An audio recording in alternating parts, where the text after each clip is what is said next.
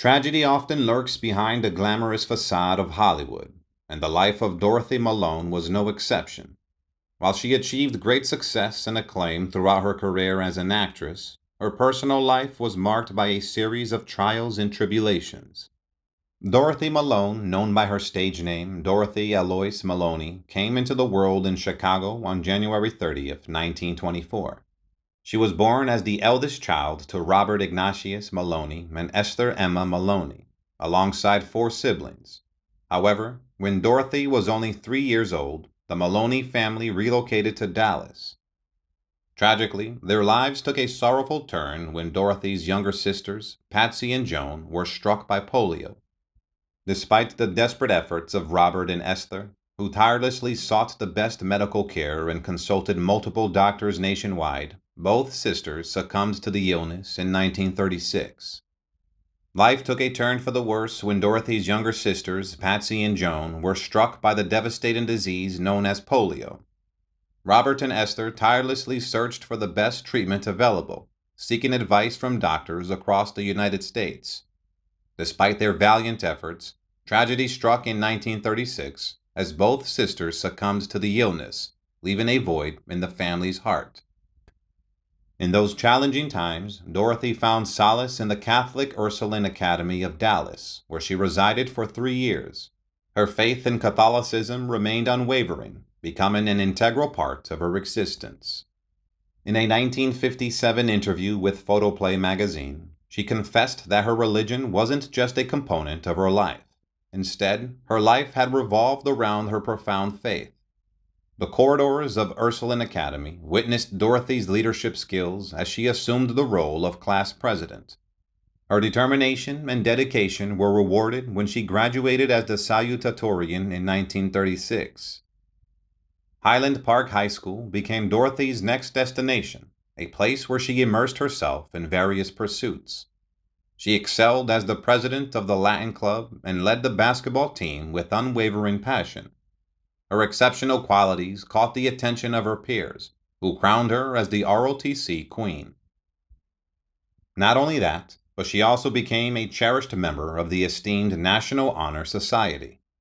Dorothy's talents transcended sports and academics. She displayed her dramatic flair as part of the school's dramatics club. In her final year of high school, her talents shone brighter than ever, winning her first place in the Dallas District one-act plays. The journey continued as Dorothy bid farewell to high school and ventured into the realm of higher education. She embarked on her academic pursuits at the Hockaday School's junior college, but her thirst for knowledge led her to transfer to Southern Methodist University in 1943. At Southern Methodist University, SMU, Dorothy Malone delved into her academic pursuits, immersing herself in language and science courses. She also found her place in the drama club, where her passion for acting flourished. Little did she know that her performance in a university play would catch the attention of Edward Rubin, a scout from RKO Pictures film studio. Mesmerized by her talent, Rubin approached Dorothy and requested her to read additional scenes alongside an actor from Houston. Initially, she dismissed the contract offer, assuming it to be a mistake and reluctant to leave her studies at SMU. However, Rubin persisted in his pursuit, exchanging more correspondence to nudge the process along. Encouraged by her brother, William, Dorothy eventually decided to embark on a journey to Hollywood. Accompanied by her mother, she ventured to the land of dreams and signed with RKO. Dorothy's film debut came in the form of an uncredited role as a model in the movie Gildersleeve on Broadway in 1943.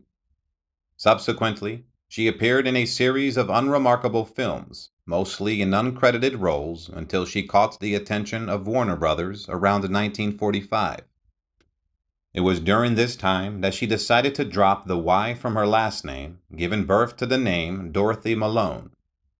One of her notable early roles under the Warner Brothers banner was as the owner of a bookstore in the film The Big Sleep, 1946, which starred Humphrey Bogart and Lauren Bacall. In a scene that remains etched in memory, Dorothy's character closes the bookshop, removes her glasses, and shares a glass of rye with Bogart. 2 years later, she landed her first major part opposite Dennis Morgan and Jack Carson in the Technicolor musical Two Guys from Texas, 1948. In the film, described by Photoplay as more foolish than funny, Dorothy Malone portrayed a spirited ranch owner who becomes the object of affection for the characters played by Dennis Morgan and Jack Carson. From the late 1940s to the early 1950s, she graced the silver screen in a variety of genres, including crime dramas, musicals, and westerns, working with esteemed studios such as Warner Brothers, MGM, RKO, and Universal. In her leisure time, she devoted herself to supporting charitable organizations and engaging in public speaking engagements. During the early 1950s, Dorothy decided to leave Hollywood behind and return to her hometown of Dallas to marry. However, fate had other plans, and the engagement unfortunately fell through. Undeterred, she channeled her energy into charity work and involvement in church activities in the Dallas area. She also found employment with an insurance company. Nevertheless, her dreams beckoned her elsewhere, leading her to venture to the vibrant city of New York. In the bustling metropolis, Dorothy pursued her passion for acting by studying at the esteemed American Theater Wing. Eventually, she felt the allure of Hollywood pulling her back, but not before making a significant change. As a brunette, she transformed her appearance by dyeing her hair blonde for her role in Young at Heart, 1954. This transformation marked a turning point in her career, as she believed that the blonde locks exuded a more sensual aura, attracting her to sultry and enticing roles. Among her many performances, Dorothy's most celebrated portrayal came as Marylee Hadley in Written on the Wind, 1956, where she shared the screen with Rock Hudson, Lauren Bacall, and Robert Stack. In this captivating film centered around the Hadley family, Dorothy's character, Marylee, was depicted as an alcoholic, nymphomaniac rich girl, as later described by the Washington Post. Throughout the movie, she relentlessly pursues her childhood friend, portrayed by Hudson. This on-screen depiction of a blonde bombshell epitomized the roles often assigned to actresses during the captivating era of the 1950s. Dorothy Malone's remarkable performance in Written on the Wind not only captivated audiences, but also earned her the prestigious Academy Award for Best Supporting Actress at the 1957 Oscars. In a heartfelt tribute, she dedicated her victory to her late brother, William, who tragically lost his life at the age of 16 in 1954 when struck by lightning while golfing at the Dallas Athletic Country Club. Following her Oscar triumph, Malone continued to shine in notable films. She portrayed Lon Chaney Sr.'s first wife in Man of a Thousand Faces, 1957, opposite James Cagney, and took on the role of Diana Barrymore in the biographical film Too Much, Too Soon, 1958, starring alongside Errol Flynn.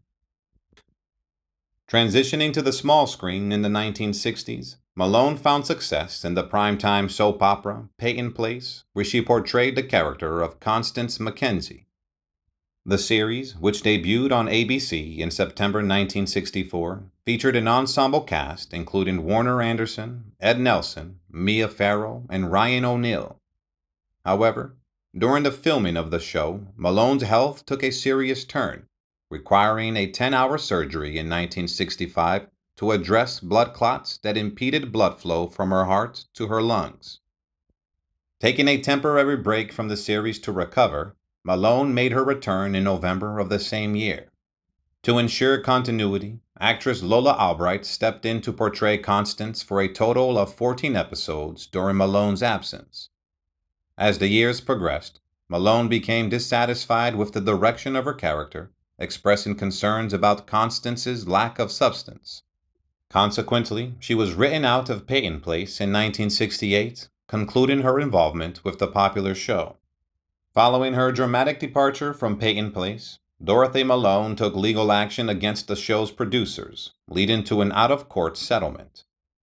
Despite the strained relationship, She later reprised her role as Constance in two made-for-television movies based on Peyton Place and Peyton Place: The Next Generation, 1985. Additionally, she made guest appearances in various television series throughout the 1970s. In her personal life, Dorothy embarked on three marriages. Her first husband was French actor Jacques Bergerac, whom she met at a Hollywood gathering. They exchanged vows on June 28, 1959, at St. Teresa's Church in Hong Kong while she was filming The Last Voyage, 1960. The couple welcomed two daughters, Mimi and Diane, both born in Los Angeles. However, their marital bliss was short-lived, as Dorothy filed for divorce in 1964 on the grounds of cruelty, citing instances of physical abuse. The custody battle over their children became contentious, with Bergerac accusing his wife of attempting to estrange him from their daughters. Co-parenting proved to be a tumultuous endeavor, marred by constant clashes over their daughter's upbringing. Eventually, a judge granted Dorothy permission to move back to Dallas with her children in 1968, providing her with a fresh start in her hometown. In April 1969, Dorothy Malone entered into a brief marriage with New York stockbroker Robert Tamarkin in Las Vegas. However, their union proved to be short-lived, and the marriage was subsequently annulled later that same year. 2 years following the annulment, Dorothy found herself marrying Dallas businessman Charles Huston Bell on October 2, 1971, at her home in Dallas. Unfortunately, their marriage also ended in divorce on August 14, 1973. Tragically, Dorothy Eloise Malone passed away on January 19, 2018, due to natural causes. She was residing in an assisted living facility in Dallas at the time of her passing. Left to cherish her memory were her two daughters and her brother, Robert, who had remained in the Dallas area and had become a district judge of the U.S. District Court for the Northern District of Texas. Dorothy found her final resting place at Calvary Hill Cemetery and Mausoleum in Dallas, where she was laid to rest. Goodbye and rest in peace, legendary actress Dorothy Malone. Dorothy Malone. Dorothy